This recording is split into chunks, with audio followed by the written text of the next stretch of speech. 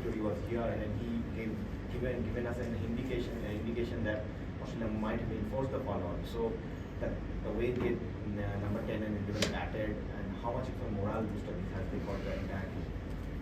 Yeah, it's very good to see when the lower order chips in and scores runs. That's something that we discuss a lot in our meetings, and the bowlers work really hard on their batting as well. And so yeah, it's really good to see that they could go there and get that little partnership and avoid the follow-on makes a huge difference.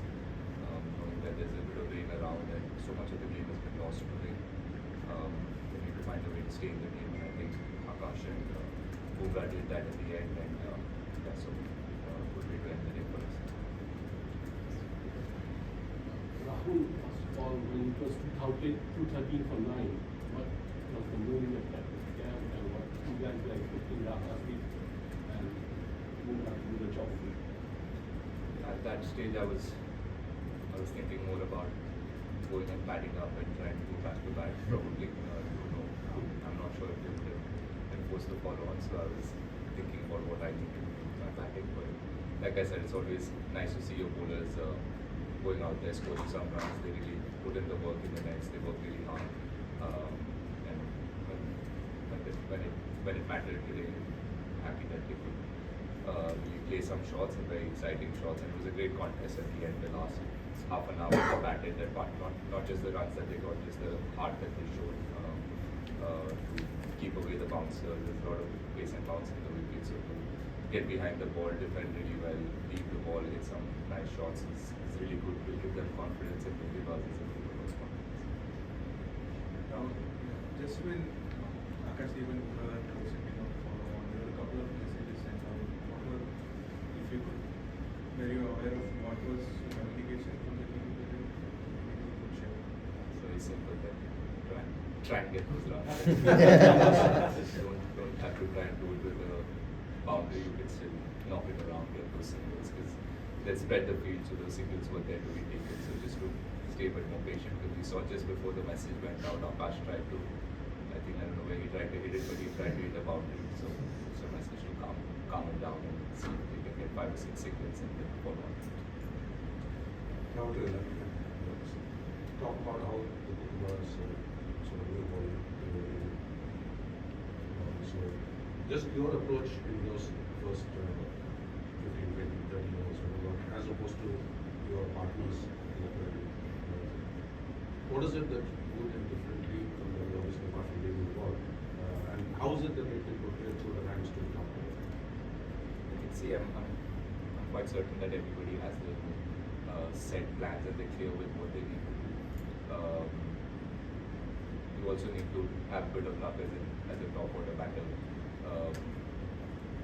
Just a little bit that goes your way, you can get through those first 10, 15 overs and get a bit of confidence, then you start feeling good and you start enjoying playing with the Bumrah ball, with the pace and bounce here in Australia. And if you look at all our batters, everyone enjoys playing on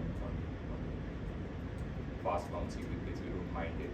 So it's just about getting through those first 20, 30 balls for everybody, and everyone's trying their best to do that. And it's a long series, so we've played 3 games, 5 innings now, so I'm sure everyone will go back and come up with their own plans in the next time we bat or in the next couple of games. I don't think there's anything different. The only thing you can do in the first 30 overs is to tighten up your defense, try and respect that the first 30 overs is the bowler's time, and give them their time, leave balls, try and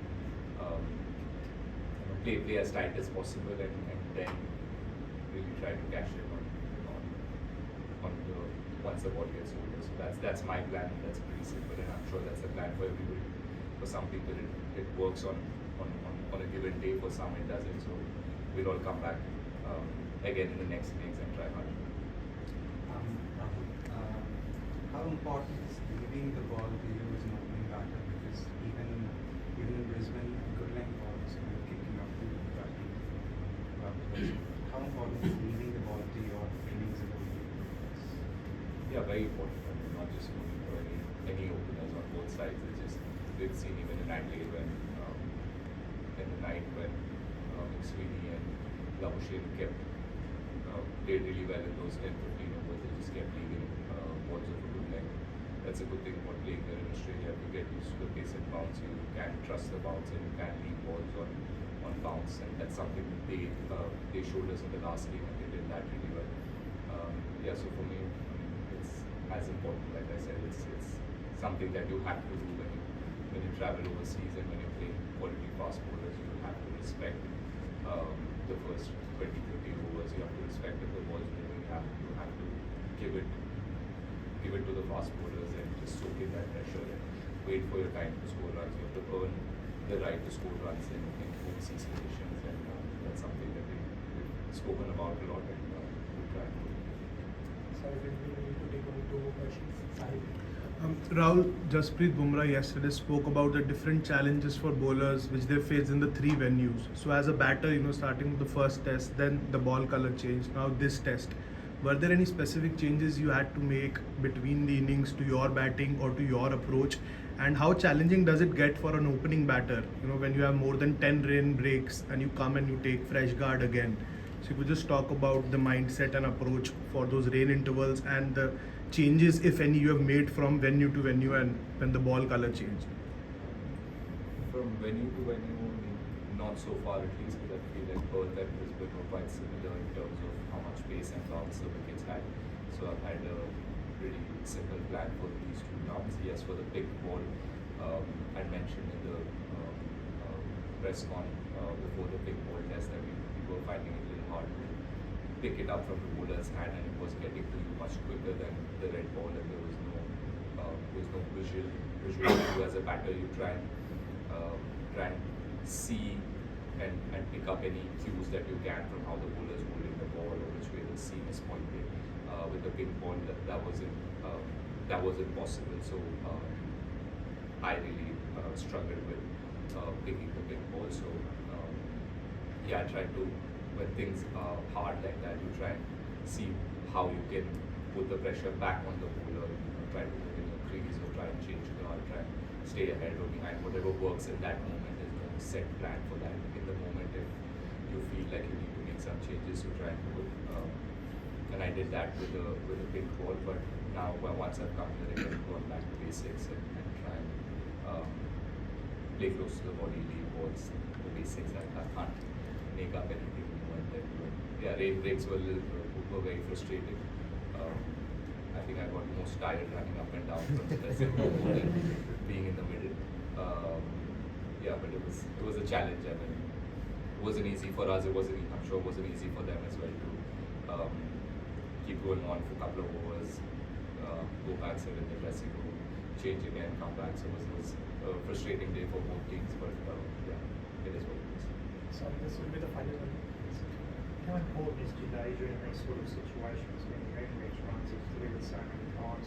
What did you make of his performance? Is it so important to get you that point where you get the ball? Yeah, he was brilliant today, and he has been brilliant batting down the order for us for many years. That's what we expect of Jadeja, and he's proven that he can do this, and he's done this for so many years. So really happy that firstly I could stitch a partnership with him when he came in. It was really needed at that stage, and then he went on to score 70-80 runs with the Taylor, which was every run today was crucial for us just to get past that follow on firstly and see how much or how many runs we can put on board. So he made that possible, and he's a very experienced guy. He's played there for so many years, so he understands exactly what he needs to do and how he needs to perform and get runs for the team at that stage. Often it's only Jadeja's bowling that's spoken about, but I think he's been a great performer even with the bat. He's a really solid technique, and I enjoy batting with him. I enjoy watching him play and watching him train and practice. He seems to have his game plan really simple and really solid. So really happy that he could come into the team and do the job for us.